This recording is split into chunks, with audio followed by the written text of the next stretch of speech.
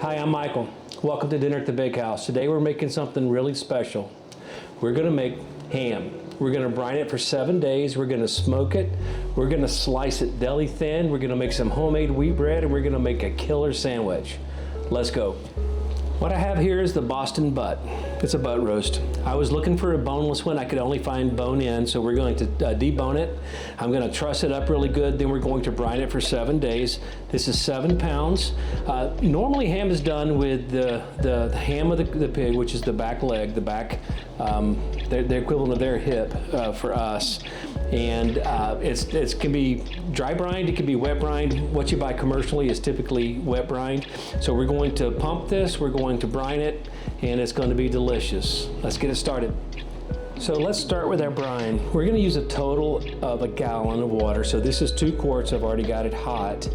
I use distilled water because I want it to be as pure as it can be, just to make it better for the brining process. So we're going to start with our kosher salt. That's 360 grams. We'll start with our brown sugar. We're going in with 2 cinnamon sticks. We have bay leaf. We're going to use our pickling spice, red pepper, black peppercorns, 46 grams of our pink prig number 1, and I'm going to peel some garlic cloves and put those in as well while this is getting started. So let's give this a mix and we'll get it back on the stove top. It smells like tea, honestly. Sweet tea, obviously, with as much brown sugar as we put in there. So we'll get this back on the stove top and then we'll get our Boston butt deboned and ready to go in. Okay, we have our 7-pound Boston butt, so we're gonna be debone this. So this has the top of the shoulder blade right here, and I don't want that in there, so we're gonna turn it upside down here. You can see the flat part of the bone there, and then we have the 7 bone right here. So we're just going to find that surface, and we're gonna cut down it like this. Just follow that, and it's not an exact science. I mean, you don't have to get it perfectly clean. You don't have to take it out if you don't want to, but if you're gonna slice this ham, it really does make it slice better. Then we're gonna turn, let's get all the way down here. There we go. We're gonna turn this over. I'm just gonna cut this right here to give us something to hold on to. We're gonna and then we're just gonna follow this around, be very careful.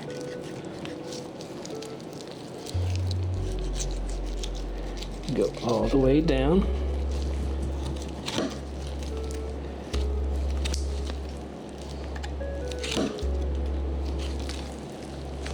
Get it back up here where you can see it.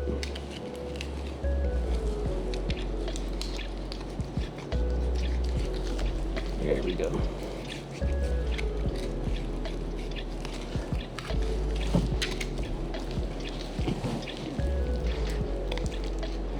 Just got to get that connective tissue right there. Being very, very careful because, man, this knife is sharp.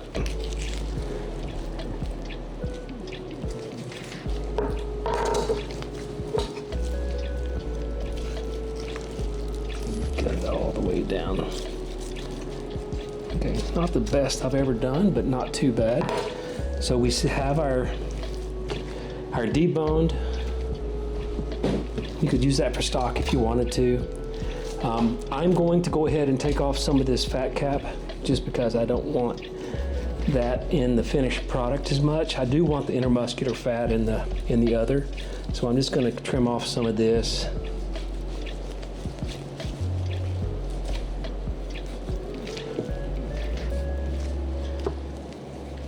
And again, you can leave this if you want.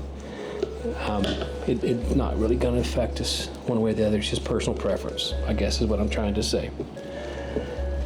Okay, so now what I want to do is I want to get this trussed up really, really well, as tight as I can. So I have some butcher's twine here.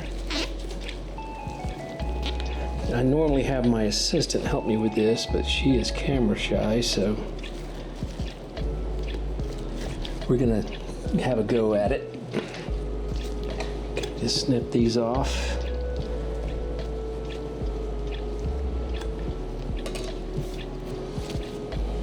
Okay, there we go. We're not doing any other seasoning other than the brine on this, and then once we get it out of that brine, we will season the outside of it with a little bit of black pepper. No more salt for sure. So let's get this in the brine, and then we'll go from there. Okay, this is our two quarts of our brine solution.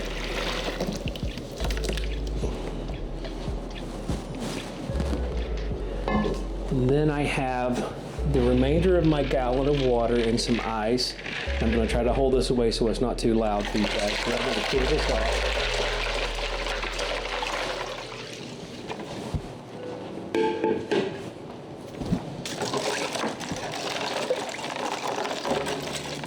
Then I'm going to go ahead and put in my 4 cloves of garlic.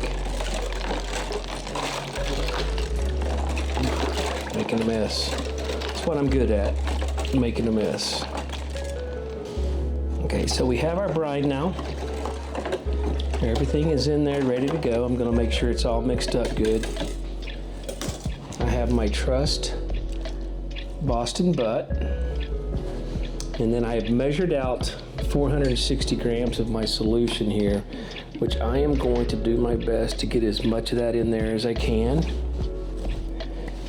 And if you're dealing with a bone, I mean, specifically a bone, you definitely want to make sure that you get it in there close to the bone so you don't get any gray or brown spots in there close.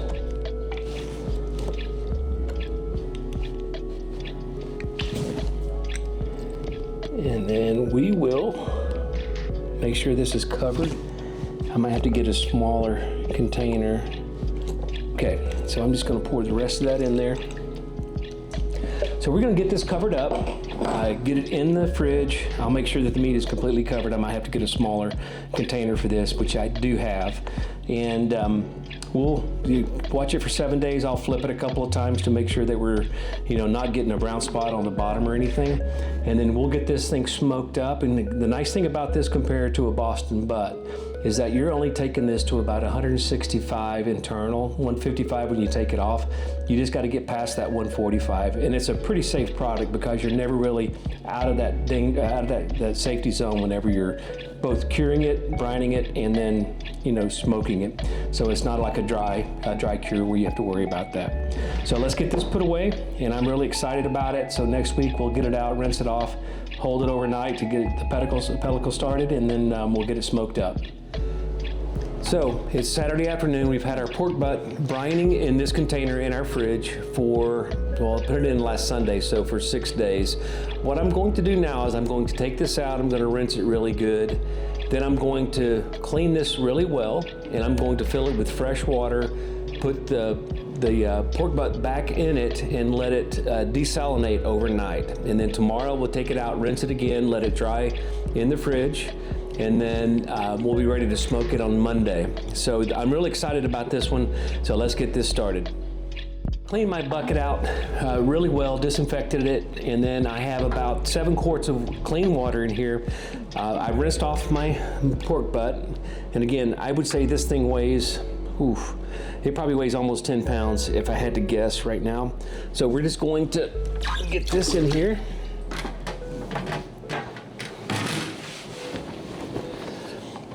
And you can see it is completely submerged. So I'm going to let this go for almost 24 hours because I'll take it out tomorrow afternoon about this time, and we'll get it drying and ready for smoke. Now the fun part. We've soaked this in water, clean water, for 24 hours. Took it out yesterday, let it kind of dry in the refrigerator. We're gonna go smoke it till it gets to an internal of about 165, then we'll slice it up, throw it on some homemade bread, and see how we did.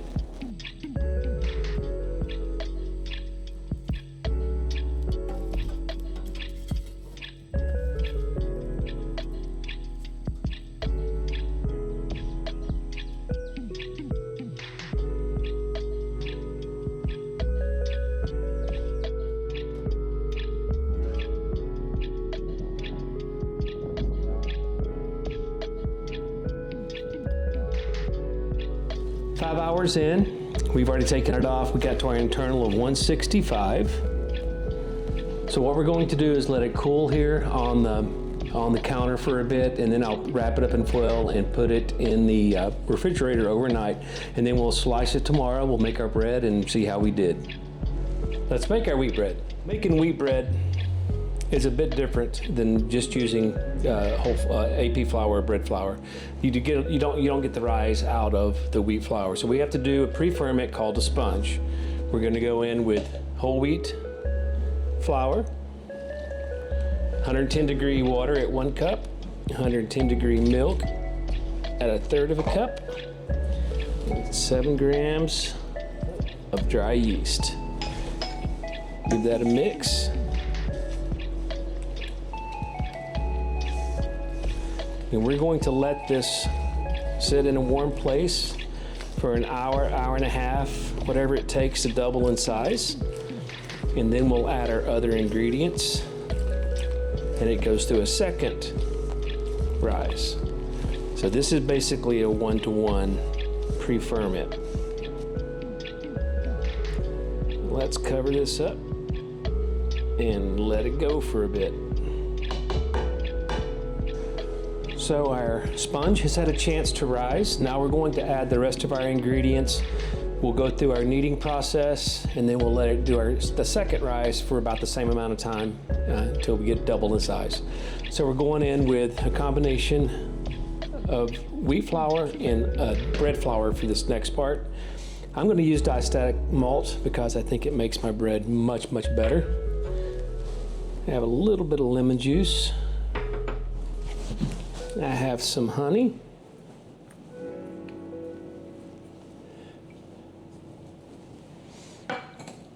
Give that a quick mix.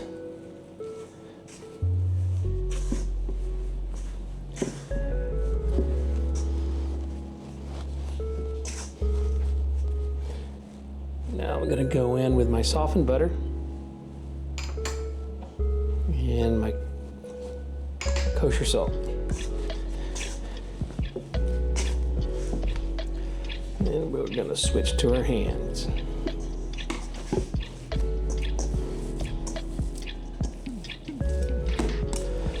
Let this sit for a bit, and then we'll knead it out. Okay, we're ready to finish up the kneading on this. We're going to just put a little bit of bench flour down here.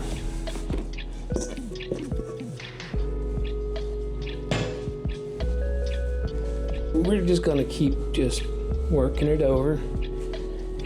If it gets a little bit sticky, we can add a little bit more flour, although I want to avoid adding too much. You can definitely get the bread to...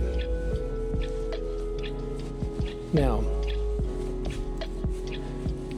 wheat flour does not rise quite like your all-purpose or bread flours would. So we added the diastatic malt. It's going to help a bit with that, as well as adding a portion of our flour as bread flour. It'll make the dough a little bit larger. Rise more, I guess.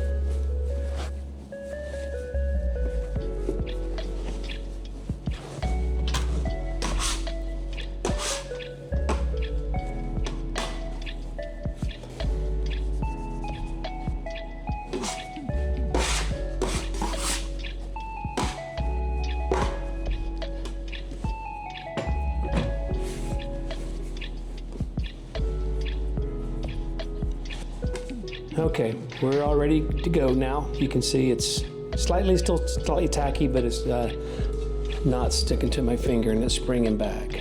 So I'm going to put a little bit of oil.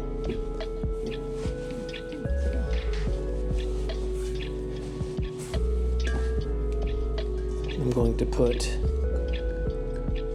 some on top here. Then we're going to let this go for another hour, hour and a half until it doubles in size again. Then we'll get it panned up and ready for the last 30 or 40 minutes of rise. So we've doubled in size. We just kind of punched it, kind of fell there whenever we took the wrap off of it. Bench some flour.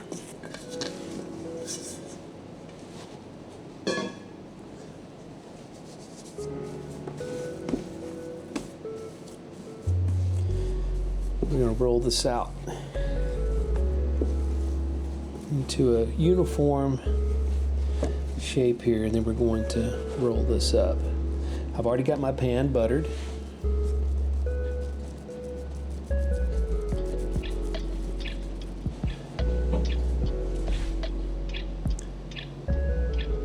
I'm going to score it. And then we have our bread pan.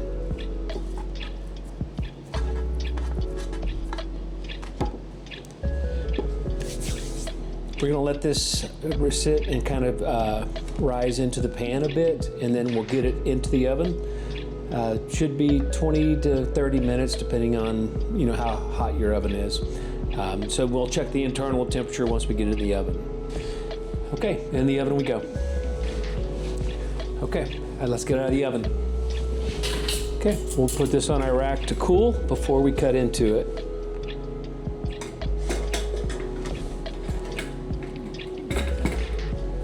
Smells delicious.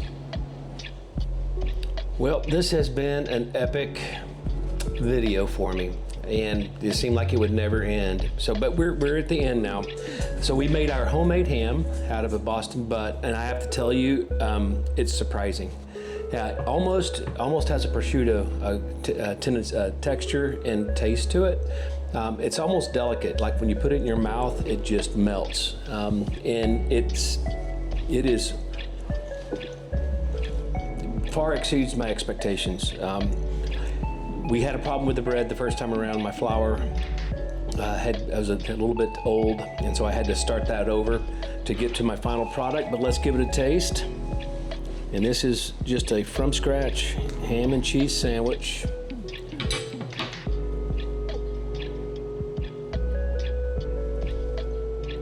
That, my friends, is good food.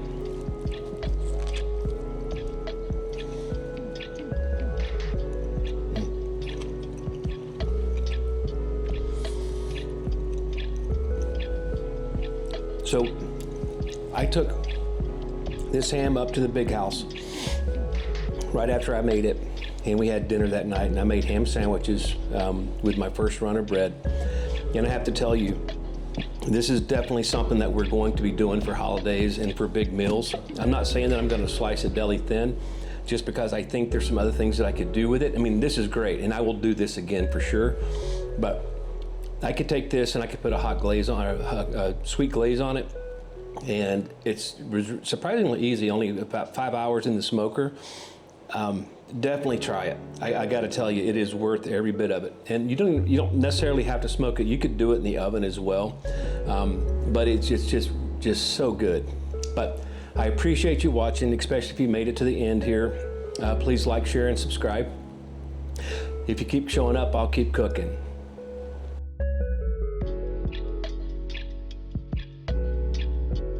Okay, it is. I'm not gonna say okay. Okay. I say okay a lot. Okay, 5 up.